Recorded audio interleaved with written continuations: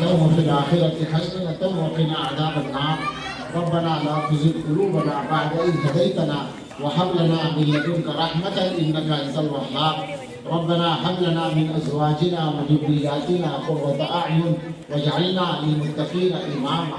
اے اللہ ہم آپ کے کچھ بندے یہاں مدرسے کے اجلاس میں جمع ہیں، اللہ اپنے فضل سے اس پورے اجلاس کو قبول فرمائیے اور نافع بنا دیجیے۔ اے اللہ ہم سب کے گناہ معاف فرما دیجیے اور گناہوں سے بچ کر تقوی کی زندگی گزارنا ہمارے لیے آسان فرما دیجیے۔ اللہ ہمارے اعمال میں اخلاص کی طاقت پیدا فرما دیجیے۔ اے اللہ ہم آپ کے بندے ہیں، ہم آپ پر ایمان رکھتے ہیں، آپ کے نبی پاک صلی اللہ علیہ وسلم کے غلام ہیں،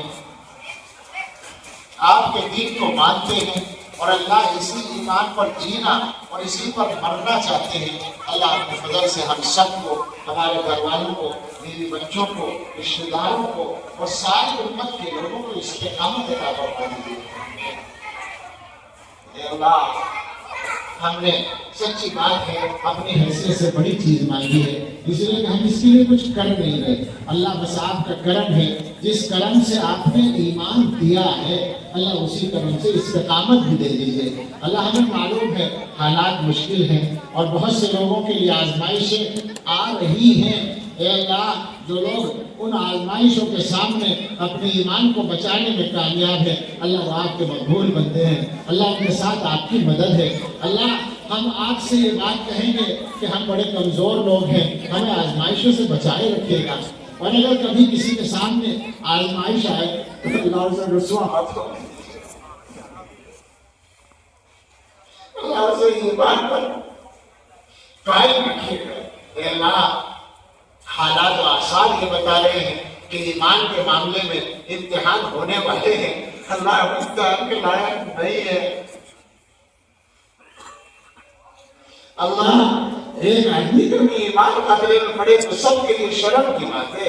اللہ اپنے فضل سے ہر صاحب ایمان کے ایمان کی حفاظت فرما لیجیے۔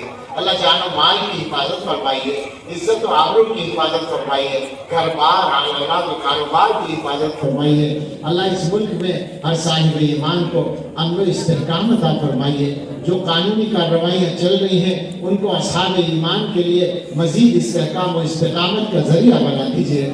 کہ اللہ دنیا کے مختلف ملکوں میں دینی تعلیم کی راہ میں رکاوٹیں آ رہی ہیں، اللہ وہ رکاوٹیں دور فرما دیجیے اور ہر مسلمان کو دین سیکھنے کی توفیق عطا فرما دیجیے۔ اللہ ہم میں جو بے روزگار ہیں انہیں بابرکت حلال روزگار دے دیجیے۔ اللہ جو بے اولاد ہیں انہیں اچھی اولاد عطا فرما دیجیے۔ اے اللہ جن کے سامنے کوئی اور ضرورت اور کام ہے، سب کی ضرورتیں اور سب کے کام آسان فرما دیجیے۔ اللہ دینی کاموں میں اور ہمارے ذاتی کاموں میں اپنی مدد شامل فرما دیجیے۔ اے اللہ عطا فرما دیجیے، ہر شر سے پناہ چاہتے ہیں، اپنی پناہ میں لے لیجیے۔ اللہ ہمارے جمع ہونے کو قبول فرمائیے، اس ادارے کو قبول فرمائیے، تمام حکام ادارہ کی، تمام طلباء اور اساتذہ کی، تمام معاونین کی حفاظت فرمائیے۔